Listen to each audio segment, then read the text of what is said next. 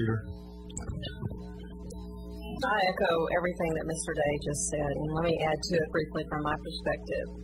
First and foremost, from my seat, and I expect from every seat around this dais, and including the city manager next to me, everyone considers public safety the most important thing to a community.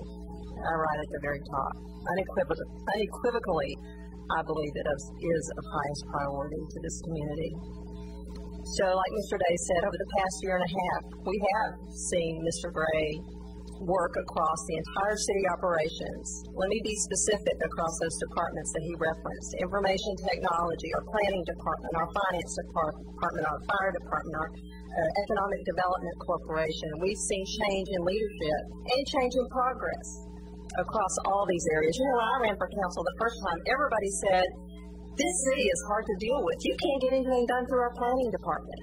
They don't say that anymore because we're customer focused, we're interested in the development community, bringing good projects to the table and helping them navigate through that process because we realize time means money to the development community, to the private sector. So we've had a lot of applause to this, especially these gentlemen that are sitting on this side of the table here. In other departments, it's been the same. So, you know, that tells me that Mr. Gray knows how to affect change for long-term value, and he's shown himself good at it. You know, Mr. Day referenced the economic development matters, and he did that very succinctly. I'll tell you, Mr. Gray does not outsource the details of negotiations to our city attorney or to anyone on this council. He understands how to take taxpayer dollars that are intentioned for economic development and to ensure the best return for our citizens, and he's very, very good at the details. He's a roll up your sleeves, tackle the problem, look at the issues kind of a manager. This has been a hard season to manage a budget, like Mr. Day said, but he's managed our budget over a difficult economy with zero tax rate as we've added more citizens to our community. He's not a good old boy. He doesn't play up to certain groups or people simply because of their stations or perceived stations in our community. He's, again, a nose to the grindstone, resolute, strategic in the details, but also strategically capable of making good decisions. He's also not perfect. Heads up, I'm not either, and neither is anyone around this table. I don't believe that you're only as good as, or nor should you be judged by your last error or mistake. I simply don't believe that.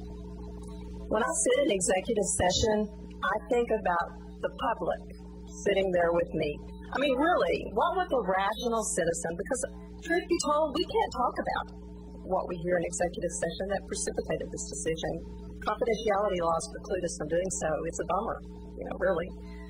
But we can't talk about it. But I think about what would the public's perception be? The rational citizen who has no relationship to the parties involved, what would their response be? And that was my perspective when I listened to Mr. Gray outline his basis for his decision on October 5th in the company of everyone around this table. I'm not going to argue with those of you that have said that the how part of this could have been handled differently. I've already talked to the city manager about things I would have done differently. I suspect, he's right next to me out here, I have an opportunity to speak. I suspect if he had a do-over, he would give you some things he would have done differently. But you know what? Give me an individual, give me a leader that looks at something and is able to say, you know what, this is wrong, this needs to be changed, and has the fortitude to do it.